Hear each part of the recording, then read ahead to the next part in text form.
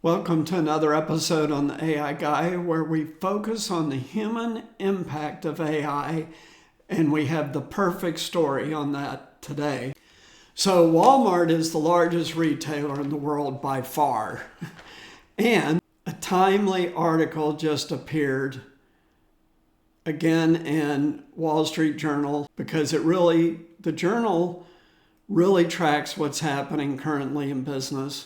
That's why there's a lot of AI stories, because AI is significantly starting to impact business. Plus the other exponential technologies like robotics, as we hear right now. Inside Walmart's warehouse of the future. Inside a sprawling Walmart warehouse in Florida, hundreds of jobs slinging boxes are changing into roles managing robotic arms, conveyor belts, and screens. This warehouse opened in 1991, which seems like a million years ago. By the end of the year, it will be the first U.S. Walmart warehouse of its kind to use automation to handle most of its products, says an employee. Now I'm watching the robots unload the truck. I'm behind the robot taking care of issues, says a 51-year-old employee. Workers who make the leap to automated jobs generally do not get higher pay. They just get to keep their job. Walmart plans to automate or partially automate many of its 100-plus U.S. warehouses in the next few years. The shift means Walmart can use fewer people. To keep their jobs, many of the company's tens of thousands of warehouse workers will need to retrain for these new roles. So this isn't about getting rid of existing people. It's more about changing what they do. However, it will impact future hiring. What this technology does for us is it increases warehouse capacity by improving turnover, increases the speed of our supply chain, and lowers cost. Why? Fewer people in the end.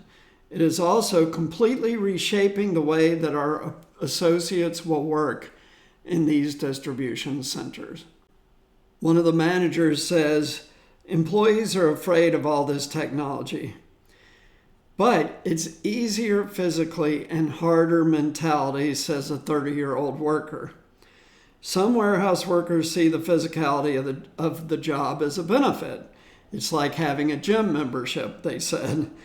Advancement, clear job expectations, livable wages, and scheduling play the biggest role in employee retention, not automation, according to a study by a firm called WorkStep. And that makes sense, right? You care mostly about how much you're paid, what your working hours are, and are you treated fairly at work?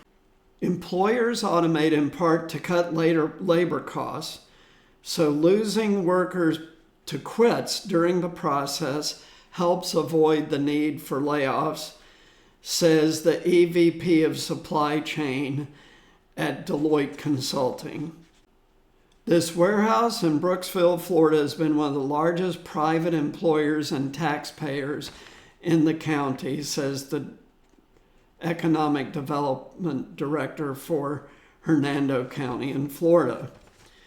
So this warehouse employs about 900 people. In our Brooksville facility, we've significantly improved turnover and job satisfaction in roles that manage automation, in large part because the physicality of the job is removed, said a Walmart spokesman.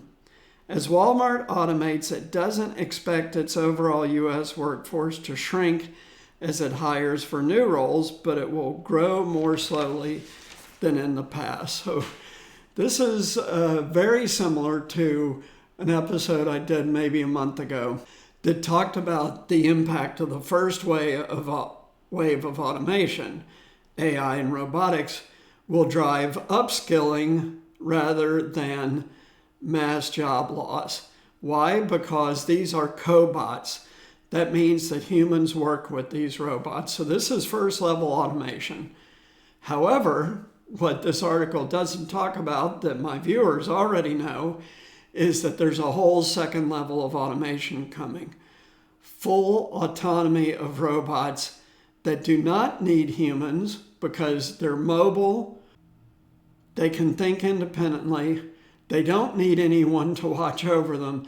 That automation that is second step for the second half of this decade, between 2025 and 2030, that wave of automation will start to result in massive job loss that accelerates from 2030 to 2040, when full automation is expected to have arrived. That's why you need to prepare yourself by clicking the link below. Get the free resource. Learn as much as you can about AI. You're going to have to use it at work, like these people, and the soon coming Microsoft Copilot will require you to use and understand AI at work. And later, it will impact many careers. So click that link below, learn more about AI to prepare yourself for an AI-dominated future. Also, please like, subscribe, and share videos. Especially subscribe. We're near 1,000. We're getting there. We're about to cross 900. Really important we cross the 1,000. I appreciate your support. And if you feel like it, please support us on Patreon.